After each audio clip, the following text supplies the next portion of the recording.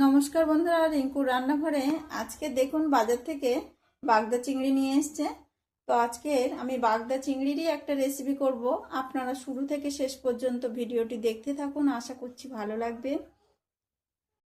তো একটা চিংড়ি আমি হাতে নিয়ে আপনাদের দেখাচ্ছি। কত বড় বড় চিংড়িটা দেখুন, হাতে কত বড় লাগছে।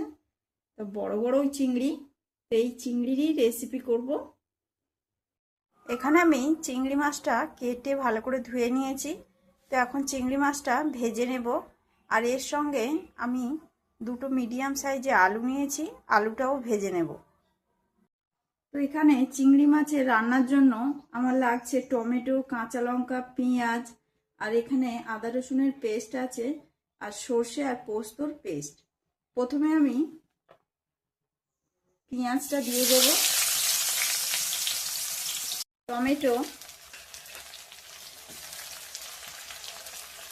আদা রসুনের পেস্ট সব কিছু দিয়ে মশলাটাকে আমি ধুয়ে নিয়ে কষিয়ে নেব। গুঁড়ো মশলায় দিয়ে দিলাম হলুদ গুঁড়ো, লঙ্কার গুঁড়ো, স্বাদ মতো লবণ। সব কিছুই দেওয়ার পর আমি দিয়ে দেব আলু, ভাজা আলুটা।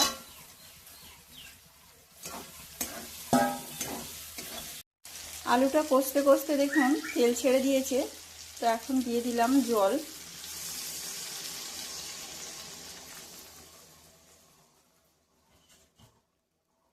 দিয়ে দিলাম ভাজা চিংড়ি।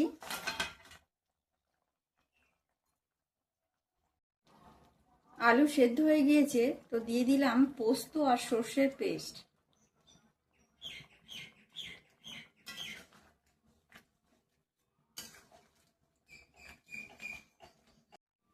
এখানে তো চিংড়ি মাছের রান্না তো আমার হয়ে গিয়েছে। তো এইভাবে একবার বাড়িতে আপনারা করে খাবেন, কেমন হয়েছে কমেন্টে জানাবেন।